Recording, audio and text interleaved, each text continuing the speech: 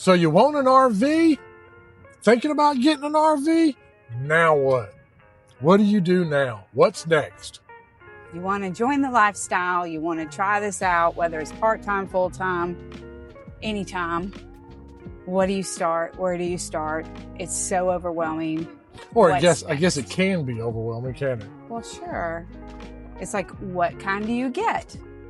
Do you get a drivable? Do you get one that's hooked to your receiver in your bumper? Or do you get a fifth wheel? Where do you start? What do you want to do? So where do we begin? I guess you have to start with, to a certain extent, you got to make sure that that's what you want to do, I guess.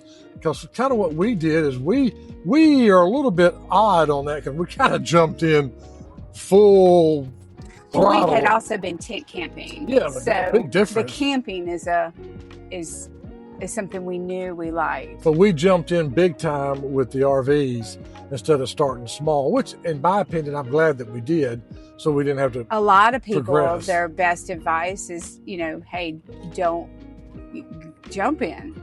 Don't jump in? No, jump in. Oh. Because, some people tell you, go ahead and get what you think you don't need. Yeah, I've heard it on a couple other videos. Get your second video or get your second or third, RV or third RV yeah, we first. saw that on a couple Yeah, videos. I thought that was kind to of those neat. great creators. Thank you. But you sit there and you want to get, whether you want a pop-up, that tent style one that just pops up a little bit, RV or trailer, if you will, or like you said, a tow behind. Okay, so let's get to the meat and potatoes. Meat and potatoes. We're just chee-chee-chee-chee-chee-chee. So you think you want an RV. You don't know where to start. First off, I would recommend, very first off, we're no experts. We're just enthusiasts here. So this is just our personal opinions. But I personally would start with, what kind of features do you want that you can't live without, that you want for sure on this RV? So you want a bathroom? Do you care if it's a wet bath? Do you want an actual bathroom with a shower? What is a wet bath? A wet bath is where the toilet and the shower are in the same area and it's wet. Correct. It could stay wet. So a lot of the little vans have that. And if you don't mind that, that's great. You get some waterproof bags, go for it. But some people do mind it. So what exactly are your features that you're desiring? That for sure would be where you start. Then it's, okay, what do you have to tow it with? Do you have a vehicle already? If you don't have a vehicle already, then the world opens up a little bit for you, because you could then buy the truck after you pick your RV and get the proper size truck.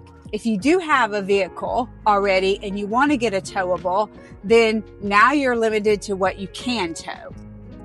So you have to figure out the magic numbers. Unless you want a drivable one. True. And if you want a drivable, how are you going to get around? You're going to have something to tow behind it, which then that opens a whole world of, what can you flat tow, or do you have to put it on a tow dolly because the car can or cannot be flat towed? So there's all these variables. It can seem overwhelming, but your biggest friend is YouTube. You start asking your questions. But it's like you said, you got to make decisions, and also you got to see, once you start, okay, I am serious, I would like one. Now you got to see about your budget. Because you can go from probably $10,000 to $10 million. True. So you got to decide your budget. You sit down with your budget and you decide where you want to be in your comfort zone. Whether you want to get used or new. True. Because obviously you could get kind of way more RV if you bought used. True. But are you buying somebody else's problems possibly? I don't know. No, I don't know. Is it something that everything's been hammered out? Yeah. All of the manufacturer issues are hammered out, and now I have an RV that is good for a while. Yeah.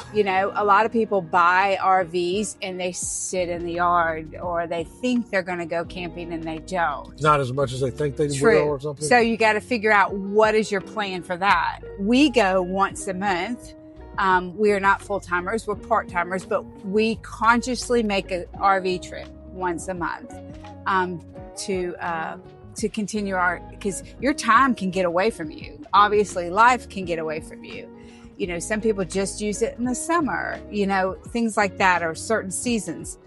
And there's no shade in that. It's just you got to decide what you want to do, where you're going to store it, how often are you going to go. That could help you determine what kind of budget you're looking at. Because if you don't go often, I wouldn't put like tons of money in it. But then, you know, yeah, there's a bunch of questions.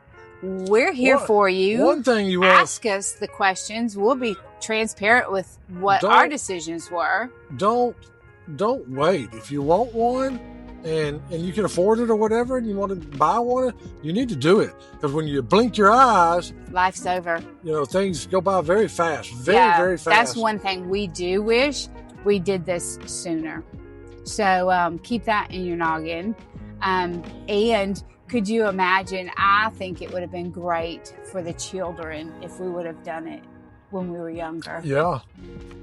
I think they would have had a blast. Yep. Yes, I agree. Like when they were young children. Yeah. Yeah, I think I agree with that. And then, you know, you have to like each other. Why do you have to like each other? You know, RV camping, you're a team. So everything is a team. You set up together. I wouldn't leave it to just one person. That would be unfair. But you set up together. You take down together. You establish camp together. You're in the adventure together. You pick your sites together. It can do a lot for your marriage, good or bad, depending on your marriage. We don't have a problem. We're 24/7 anyway, all the time anyway. So it wasn't bad for us. Do we get on each other's nerves sometimes? No. Yes. No. Yes. How can you get on somebody's nerves? But we've been married over 20 years, with the guys. Perfect husband. And we like each other. Go figure. So we don't mind being around each other in a tight, confined space. Take that note. Can you be with, not everybody can. Not everybody can do their spouse 24/7 in a tight, confined space. So, and there's no shade in that. That's just different people's relationships. Well, so back to the subject. Well, that is the subject. Right. All the things you have to consider. So you want an RV. Now and what?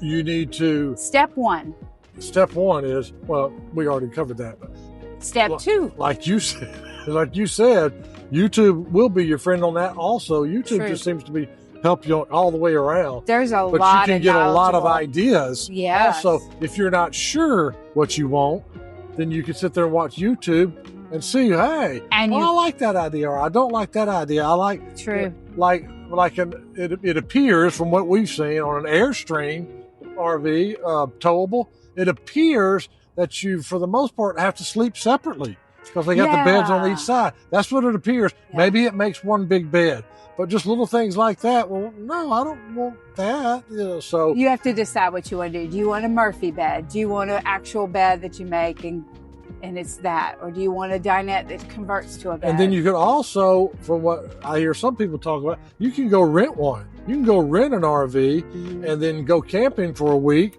And then you can kind of say, you know what? I wish I had this. I wish I had that. True. I could do without that. I could do without this. True. So that could be a very good idea. One of the biggest things, when you do your research and you think you know what you want, definitely go to a show or an RV dealer. Tell the salesperson to leave you alone.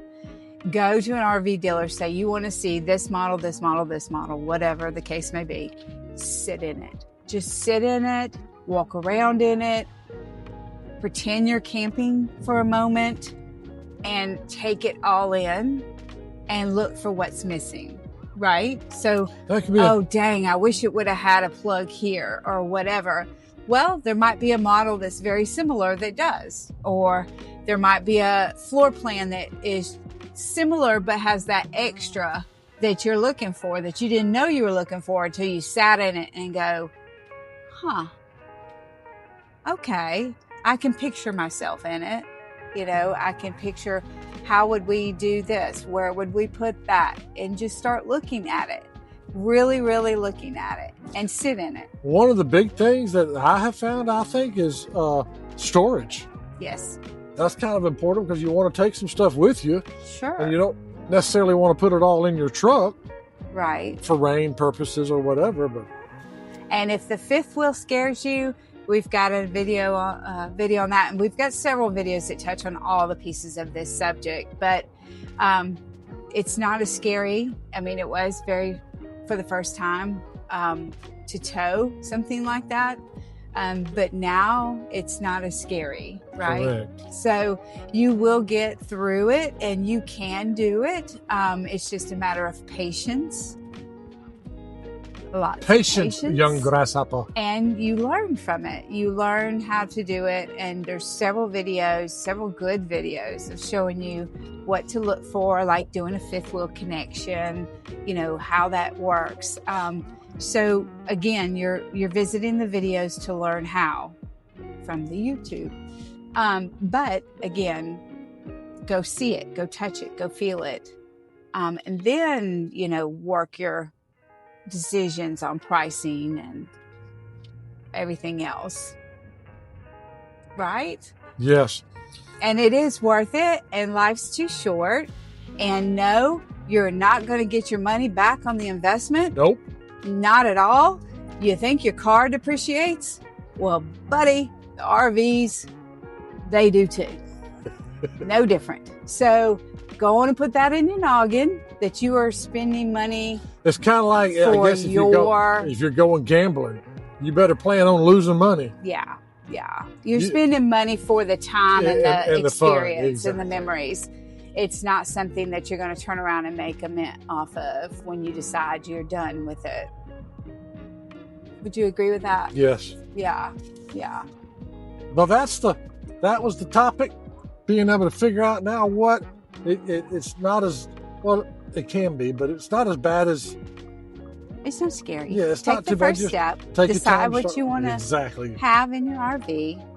Do the research on the YouTube. And she has a great idea. Go sit in it. Go to RV shows before you just pull the trigger and go sit in a few. You know, and just ignore the salespeople because they're going to try to tell you all the great sales they have. And don't let them pressure you into it. Take your time, look around, have eyes wide open to make your decision. It's no rush. I think one of the big things is your view for, you know, what kind of views do you have from inside the RV? But anyway, that's the gist of it. Don't be intimidated. You can do it. And we want to see you out in the campground. So come on, let's go, right? Yes. So this has been another episode of On the Drive. On the Drive. I'm Kimberly. Because we're driving. Yes. And this is our bridge our gap between our camping trips.